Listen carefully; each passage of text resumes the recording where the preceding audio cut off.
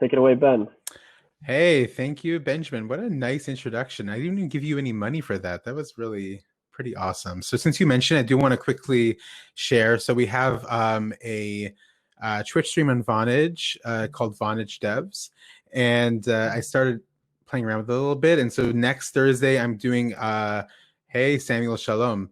Next Thursday, we are doing a Ruby Hour of Power, and we're gonna live code and build together a WebSocket server to handle raw audio binary data and do something interesting with it. I've been kind of digging into sort of how do you encode audio and really kind of like diving into that recently. So I'm excited to share that and learn together.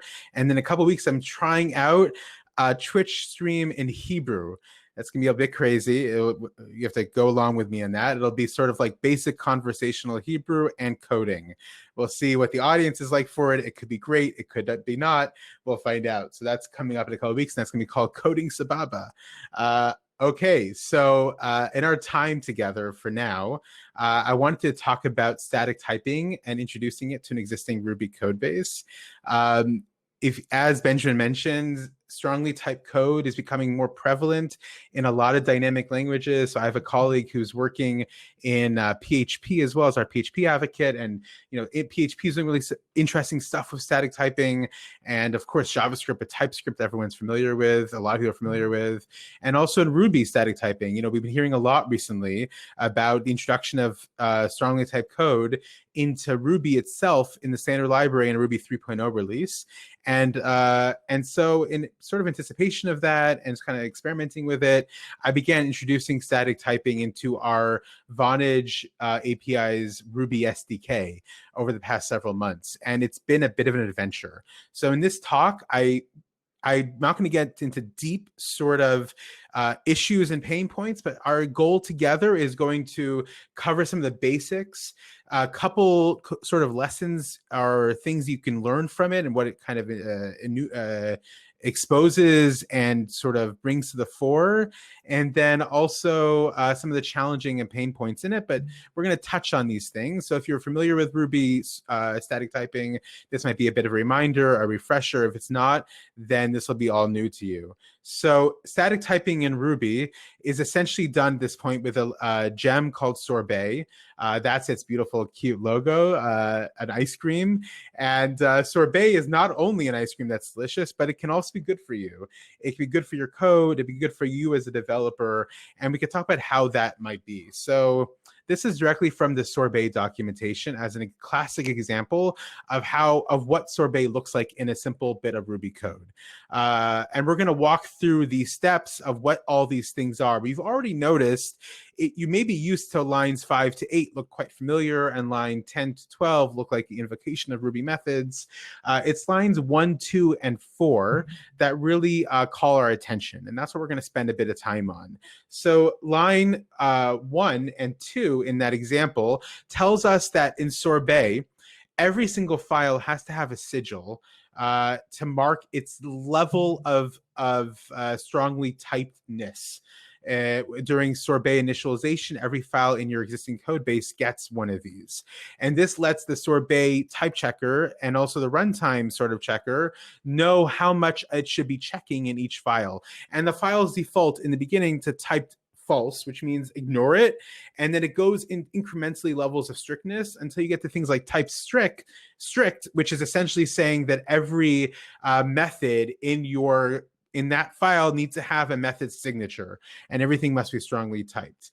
And what's really nice about that is that you can introduce static typing in an incremental way, understanding that this is entirely new to our code base, and that Ruby code is traditionally and still to a great degree dynamically typed. So the idea of introducing this can be a bit overwhelming. So being able to do it incrementally is great and very helpful, and a bit like takes some of that weight off of your shoulders when you start doing it.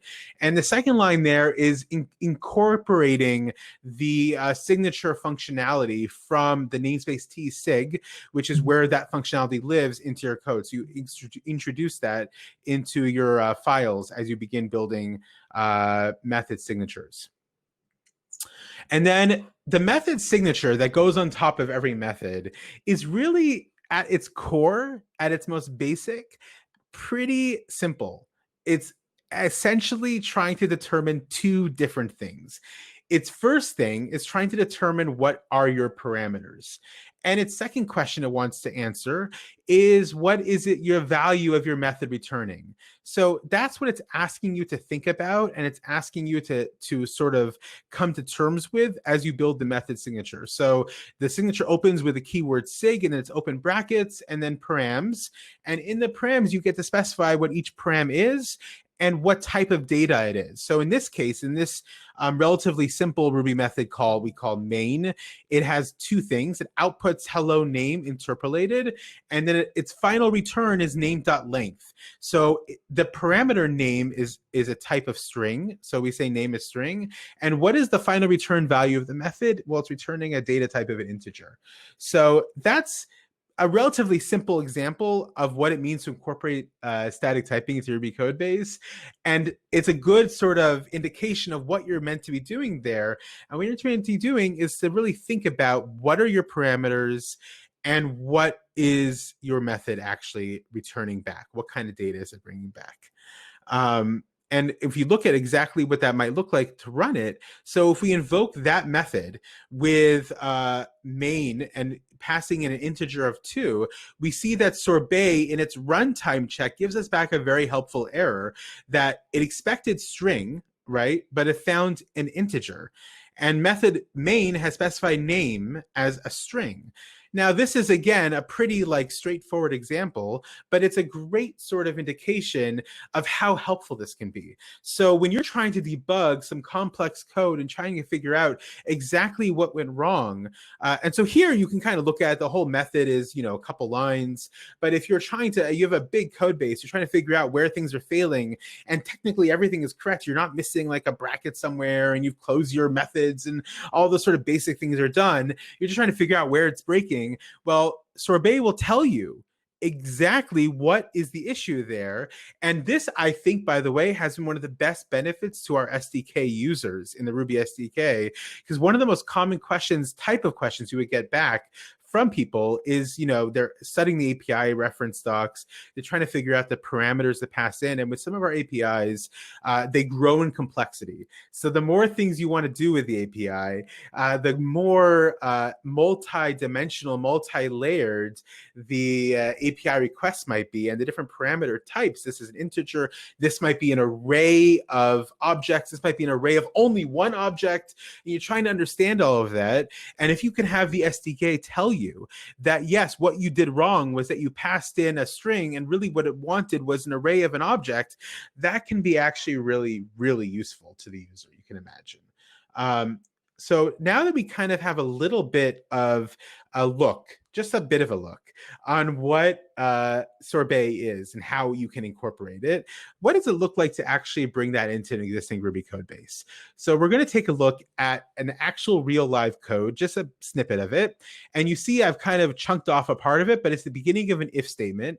And there's a private method here beginning on line 5. And the rest of the if statement's not really relevant for us. This is actually from our Ruby SDK, and this is part of the SMS class. And it's essentially trying to determine the text type in the SMS parameter, in the data coming back on the SMS. So if the text type is a Unicode, then do this. If it's not, do that. And we use a method called Unicode, which returns a Boolean, right? Is it not GSM7 encoded? That's essentially the question we're trying to ask. And this looks pretty all well and good. The format here is very standard Ruby code. You probably have, if you work with Ruby, you probably have seen things like this all the time. The way in which we load the parameters with the open parentheses and params, and then it's a hash. So we take in the key of text. It's pretty standard, right? I think we can all agree on that. But there's something underlying it in a code design, which Sorbet actually illustrates. And this is like a nice, relatively simple example to wrap our heads around of the benefits of incorporating strongly typed code.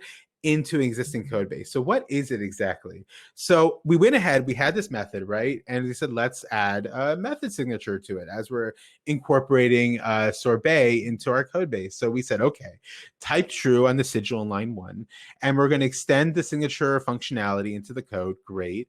And then in the private method on line 8, we said, okay, here's the signature. The parameter is a text, and the value, the data type is a string. And what we're returning is, it's one thing. We're returning one thing, which is a Boolean, true or false. And T namespace Boolean is the way you'd indicate a Boolean in Sorbet. That looks good, right? But there is a problem. The problem is the following with this code right here. Params text, when we invoke the parameter type with the parameter data from params text key using the open parentheses, what happens if there isn't what is the possibility of what could happen there? The parameters could also be nil, right? And so when we ran this and we created the signature method, the signature method, and Sorbet checked this, it said, but wait, you said the text is a string, but you didn't say it could be nil, and this could be nil. And we thought to ourselves, do we want to allow for the case in which the parameters of the text could be nil? That doesn't meet our use case. Now, chances are, in most situations, in real world cases, you wouldn't have a nil in the text value. But the idea for us from like a code sort of quality is we didn't want it to even expect that could be a possibility.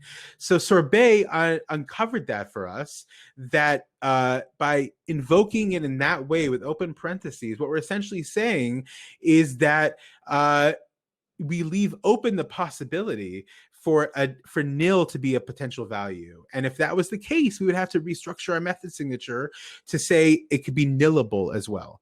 And so that was really what our two choices were. We could rewrite the method signature to allow for nillable parameters, which even given the use case of that method and given the use case of that class in the SDK, that didn't really make sense for us. And that would also kind of like defeat the purpose of what we're trying to do with strongly typed code. So the other thing we could do is we could go back to the Ruby API documentation and see if there's something better for us, something that would work better. And lo and behold, we went back and we found something better. What did we find? Fetch from the standard Ruby library, right? Fetch, if we're just kind of duck typing and writing like standard Ruby code, we may not be so cognizant of this, and we may not think to jump to fetch, and we may just use the open parentheses. But fetch actually does something really interesting. If there's no other arguments and there is no value for that key, the user gets back an exception as a key error. And that key error, which is a default standard Ruby error, tells the user that this key expected a value, so key text, expected a value, and nil was provided. That is really helpful feedback for a user of an SDK, right? So imagine the use case is an SDK. Somebody's trying to build something with this, and they want to get it right. And they may be first timers, and they may be more experienced users of your SDK.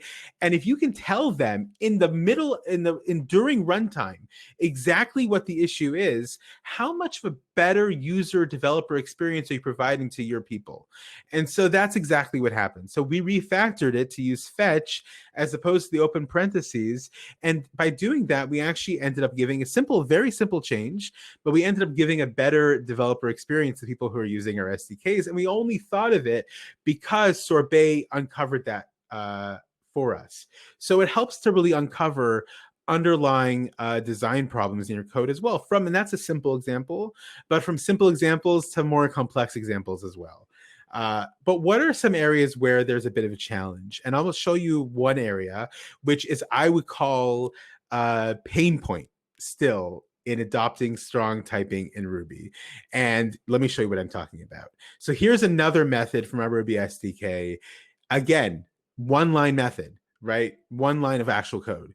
It's called create. It takes in params, and it calls the method request, which it takes in, has half of a part of a URI of a HTTP API URL /v1/calls. The params get passed in, and we also pass in sort of the HTTP verb, which is we want it to be a post request, right?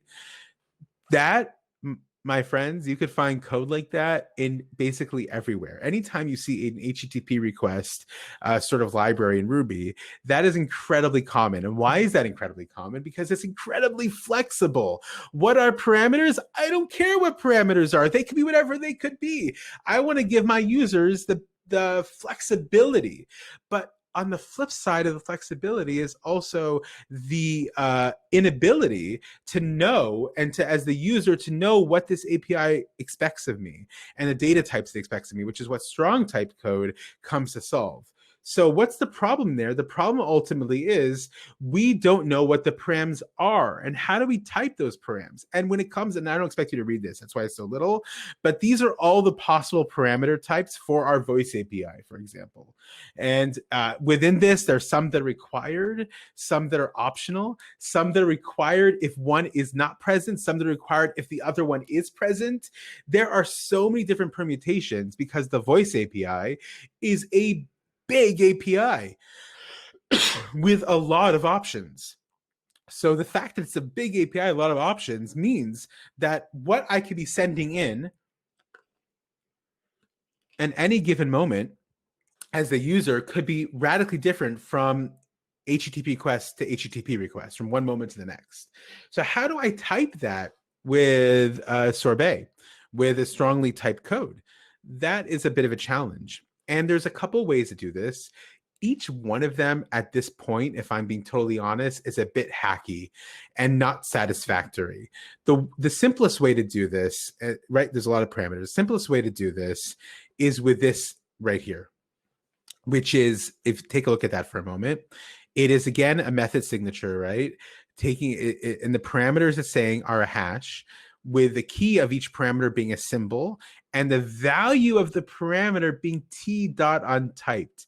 What does that mean? What does that mean? That I'm not typing the values. That doesn't make me happy. That's not happy, Ben, right there. But I can return Nexmo as it's an instantiation of an Nexmo response class, which is beautiful. But this is not satisfactory to me because it's not really like living up to its fullest potential as strongly typed code. There are some other ways of doing this. The other ways introduce a lot of code to solve what should be a relatively simple problem. And sort of in the debate, and this is a classic debate we face all the time, between getting things done sort of more concisely or versus like a lot of verbose code. In this case, we decided to let the library mature and continue to mature and to type it this way as a first take and then come back to it and do a better job as the library matures. But this is not great. And I would say this is actually a bit of a challenging pain point. So where does that leave us with Sorbet and where its current state is? So as we sort of alluded to in the beginning, there's a lot of talk that static typing is coming to Ruby in the library itself in the 3.0 release. That'll be very interesting to see how that gets incorporated and what it looks like and how it may incorporate Sorbet, which comes from our friends at Stripe, right? They're the sort of innovators and creators of this library, how it incorporates Sorbet, how it diverges from Sorbet, and how it solves some of these problems. Just give you another example. Just for today, I introduced a PR to the Sorbet library itself to fix one of the definitions for one of the Ruby standard library classes of logger. And that was kind of that was a blocker in our work because the library wasn't defined properly in its method signature. And so I could either have built my own method signature for that library and just add it to our own code base and sort of ignore the one in Sorbet itself, or I could contribute to the code and make a PR and fix it there. So I did the latter. But that's just sort of a state that this is fast evolving and moving really quickly and iterating really quickly because this is so new.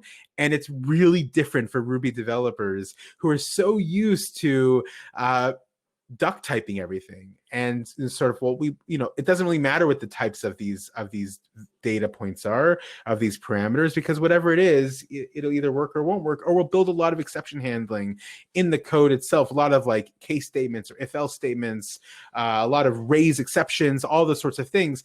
The potential of this is to get rid of a lot of that and to actually create a world where I don't need all that exception handling. I can remove 70% of it, and the code itself will type itself. The code will check itself. That's the value of the promise, and we are still on the way working towards it.